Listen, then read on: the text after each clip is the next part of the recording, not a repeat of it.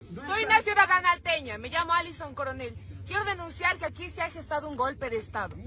Están queriendo decir que los de la ciudad son los más estudiosos, tienen sus leyes para defenderse. ¿Y nosotros qué? El proletariado, la persona que trabaja el día a día, nosotros los del campo.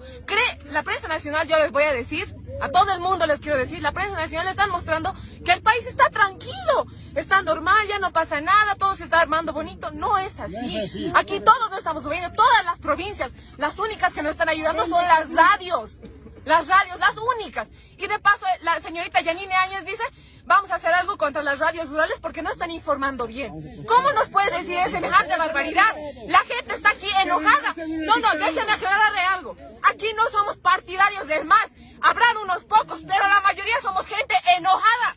¿Cómo nos pueden hacer semejante barbaridad? ¿Creen que somos ignorantes? ¿En dónde creen que estamos? La huipala, a ver, pisan. Dios mío, quiero que entienda esto el mundo. Tal vez algunos no conocen esta mi bandera. Esta bandera no es del MAS. Esta bandera no es de un partido político. Esta bandera es de nuestros indígenas que no han luchado 20 días, han luchado años, décadas por la libertad de los pueblos indígenas originarios. Años. Y no van a pisar, ni por chiste. Y no es con perdón que se soluciona esto. Ni por chiste se va a perdonar esto, compañeros. ¡El alto de pie! Eso es, compañeros, por favor, que no nos acaigan.